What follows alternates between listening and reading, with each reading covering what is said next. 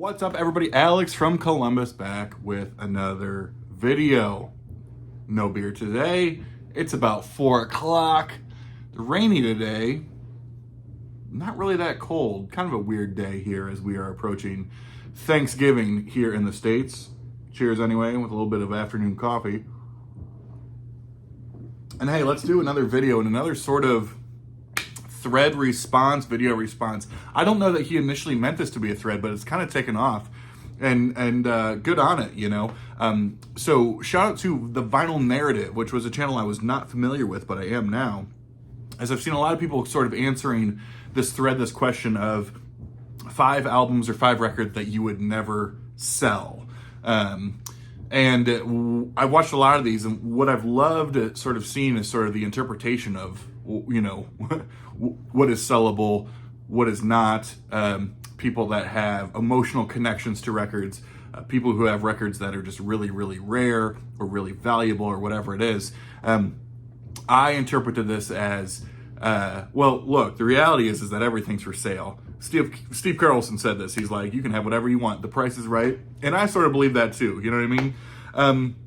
So to me, I don't have any records that are just like so valuable or so rare that like are untouchable. I'd sell anything. But the 5 records that I pulled were all records that have some sort of emotional connection to me, or a connection to a certain time in my life or to a certain person in my life. And therefore, you know, they could be worth 50 cents, but they mean so much to me, and I just can't imagine them leaving my collection because of how much they mean to me. So in no particular order, let's just sort of start it off. And I think about the first record I ever bought, and the first record I ever played, and just the feeling with that. So I got into collecting during COVID. So this was the summer of 2020. There was nothing to do. I needed a hobby, which consisted of just sitting in my home and not doing anything. And so I thought about, okay, God, sorry, I swear I don't do cocaine. I don't know why. Maybe it's like dust from some of these records. Sorry. I'm like realizing I'm like Jesus over there, looking like Neil Young during, you know, Last Waltz.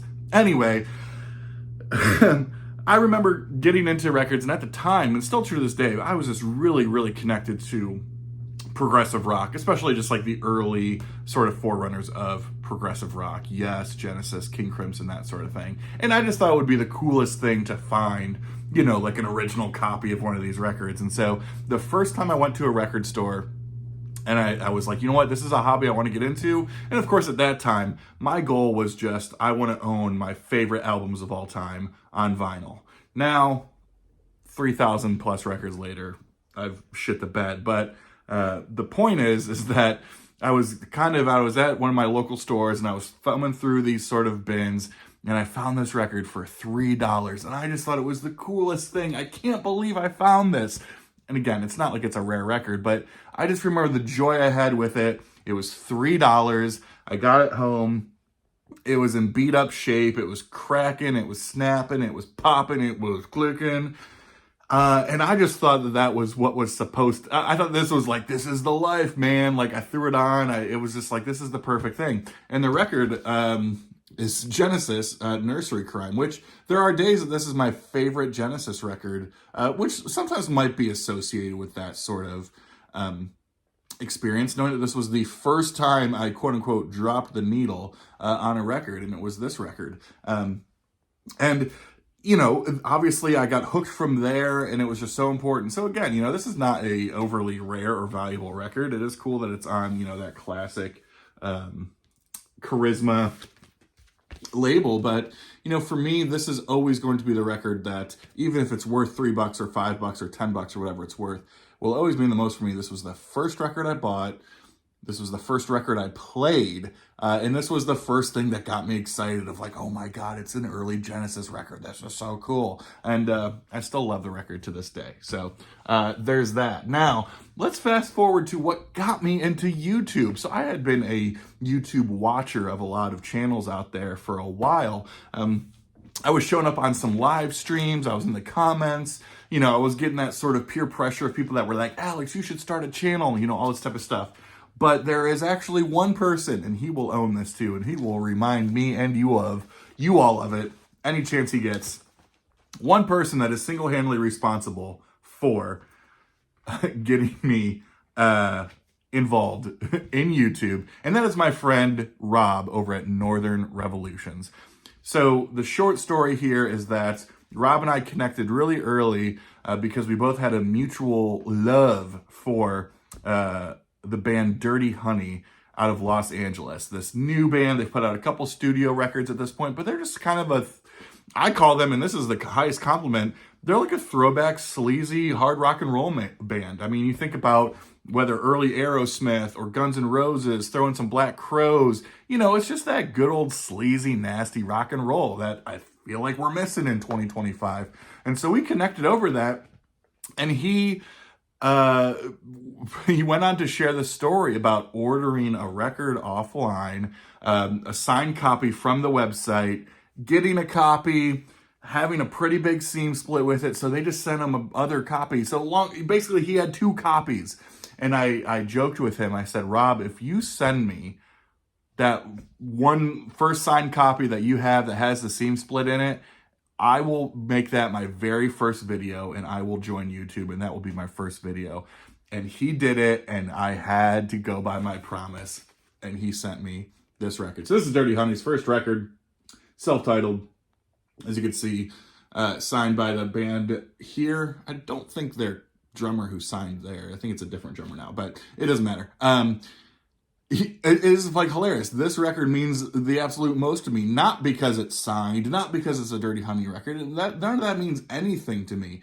This means everything to me because for a number of reasons. A, it got me started on YouTube. It got me the kick in the ass I needed to. More importantly, though, and shout out to Rob for this was like the first sense of community that I really got from this whole online YouTube thing. Just the fact that he also sent this from Canada, so it wasn't cheap for him to send me this, but I'll always be thankful to Rob, not only for sending me this, but really truthfully, I mean, maybe at some point I would have started a channel, but this was it. I promised him, hey, if you send me this record, I will make a video and I will start my YouTube channel. And that's what happened. And therefore, it is unsellable for me.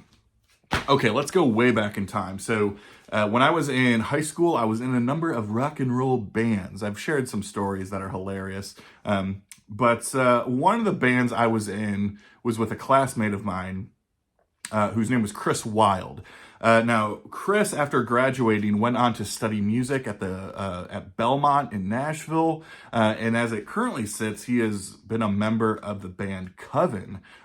Yes, that Coven, for the last 10 years maybe. If you don't know Coven, they are kind of like an original doom band out of like the Chicago area. And in fact, they had a song on their first record back in 1969 called Black Sabbath, and there was this ongoing kind of debate about which came first, the Coven Black Sabbath over here in the States, or obviously the Black Sabbath that blew up later on. But they were sort of like the original doom band, and that first record is super creepy. But anyway, he has been a touring member with them, or at least a full-fledged member with them for years. But him and I played a lot of music growing up. We were in bands together, and just spent a lot of time together when I was, 16, 17, something like that. And so in 2014, he released his debut sort of record, right here, Christopher Wilde. What's so great about this, so this was a private press. I think, he just did his own like short run. The reason this is unsellable to me, and this was one of the first records I bought, was because there's a lot of tracks on this record that we played years before this in our band in high school. Dr. Please was one of them. Pulse, I think, was another one. The Day was another one. There was a number of these songs that we sort of played together. I'm not going to say I had any part in writing them. They really were his songs. But again, the fact that we were playing them together out at, weird sleazy bars and clubs when we were like 16 or 17 is always just cool to me. So, I still every once in a while, Chris and I will go back and forth on like Instagram and just kind of check in and see how life's going, all that kind of stuff. But a really important record that means a lot to me emotionally because of our relationship and sort of those formative years. What I always loved about this was that he was really big into like the whole Jack White third man thing. And so when vinyl was not as hot, but it was sort of creeping up and everybody wanted that whole AAA thing, all that type of stuff. And that's what he did here. I mean, it's kind of hilarious. The hype stickers here on this private press, look out, color vinyl, virgin analog, recorded to tape, mixed on tape, mastered on tape, cut to vinyl from tape. Big, huge emphasis on all tape, all analog type stuff. So really cool. Definitely, if you're curious about what this music sounds like, definitely has kind of that garagey, Jack Whitey sort of vibe to it. But definitely some big throwbacks also to bands like Led Zeppelin and all that type of stuff. So yeah, really cool. And that's an unsellable record for me. We'll keep it going here and we'll keep it in the family with this one. Now, this is my favorite record of all time. I've talked about that before, but the reason I would never sell this is for a different reason. But the record itself is Dream Theater, Metropolis Part 2, Scenes from a Memory, 1999. Progressive metal staple, the argument here, this is the record that just kind of completely exemplifies that genre, right?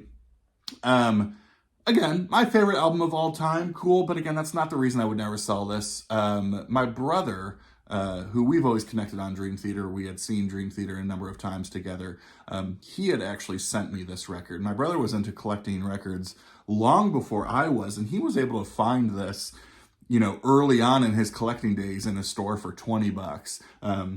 By the time he sent me this was about $150, $200 record. It has since gone down in value because Rhino just reissued all of these. But this was the original. I believe Music on Vinyl did this.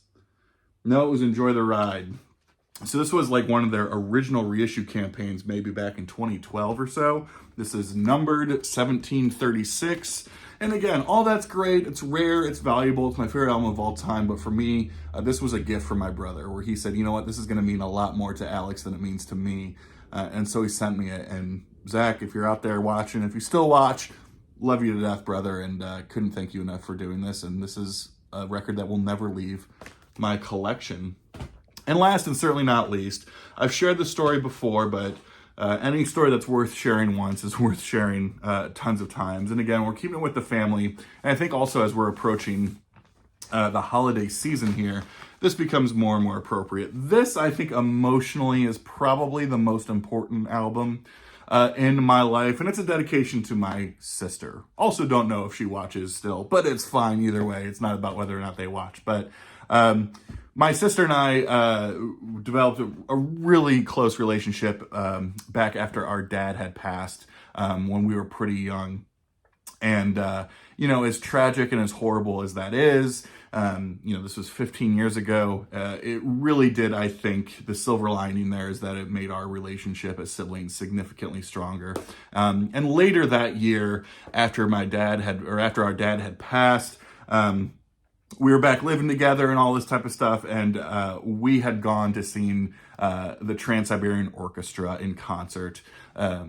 It just became like this kind of annual tradition when we could. Always wanted to do it. We were always connecting about it. It was a great show. We met the bands afterwards, all that type of stuff. And it was just a really cool time. But specifically, we've always connected a lot over this record. This is by far my favorite Christmas or holiday related record. This is Christmas Eve and Other Stories. Their first record that they put out, I think in 97, 96. And there's just, every time I put this record on, not only is it just perfect for the holiday season, but it reminds me, I think, of the relationship that I have with my little sister, and just why she just means everything to me. And so I share that proudly, because this, again, emotionally is probably the most important record in my collection. Again, it's not what it's worth or what it is or any of that different stuff, but just what it means to me and what it means to us. And so we've always had this great connection over TSO, Trans-Siberian Orchestra. If you don't know TSO, I recognize that they're kind of very like USA based, but they're sort of the, the hard rock metal Christmas spectacular every year. It's both original songs and kind of their renditions of classic holiday songs, but just some spectacular stuff. And their live show is out of control. So if you get a chance to see them, please, I would encourage you to go see them. But again, Christmas Eve and Other Stories, probably, again, the most important record in my collection because of what it means to me and my sister. So Carly, whether you're watching or not, just know that I love you to death, and you're the most important person in my life, and I'm glad that we could share this musical sort of moment together. So there you are. Those are the 5 records. Thanks for watching, and that's it. I got nothing. Have a good day, everybody. We'll see you on the next one.